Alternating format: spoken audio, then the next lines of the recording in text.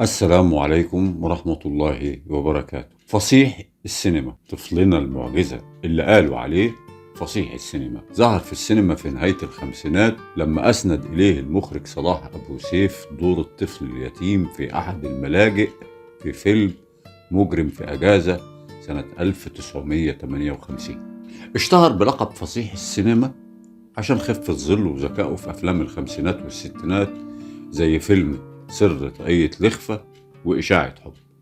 الطفل المعجزة لقب بذلك لقدرته العالية على التمثيل وإلقاء الحوارات الكوميدية في سن صغير جدا.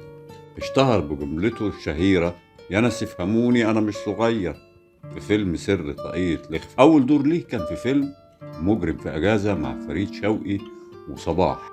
بعدها على طول ساب بصمته في فيلم شارع الحب لما رقص فوق الترابيزة على أغنية عبد الحليم حافظ قولوله الحقيقة، وخد وقتها أجر حوالي 75 قرش وعلبة شوكولاتة. سر طاقية لخفة وسر المحبة. سنة 1959 شارك في فيلم سر طاقية لخفة وأخد لقب عمره فصيح، وده مش مجرد اسم، ده كان رمز لذكائه، لطرافته، لأسلوبه اللي بيخطف القلب من أول مشهد. ومن وقتها توالت الأدوار. التحق في أول الستينات بفرقة ساعة لقلبك علشان يقدم شخصية بندق من فيلم إشاعة حب وشمس لا تغيب لبين الأطلال وأنا وبناتي، وكان له صوالات وجولات مع الكبار عمر الشريف وهند رستم واسماعيل ياسين. اتجوز 3 مرات ولم ينجب، لكن الناس كانت كلها ولاده وكل اللي حبوه كانوا جزء من روح. توقف عن التمثيل عقب نكسة 1967، وفي فيلم إشاعة حب ظهر بشخصيته الحقيقية لما قدمته هند رستم في البداية على إنه نجل حسين أو عمر الشريف في إطار إشاعة إنه على علاقة بهند لجذب انتباه سميحة بنت عمه اللي لعبت دورها سعاد حسني. وفي مشهد تاني ظهر الطفل فرحات على المسرح وهو يلقي نكتة على الجمهور. واحد بيسأل واحد ما هو القضاء والقدر وما هي المصيبة؟ قال له القضاء والقدر إن حماتي تقع من على الكوبري وتغرق. قال له والمصيبة بقى لو هي طلعت. نجمنا وطفلنا وممثلنا الكبير اللي كنا بنتكلم عنه ليه أكتر من 20 عمل فني شارك فيهم، منهم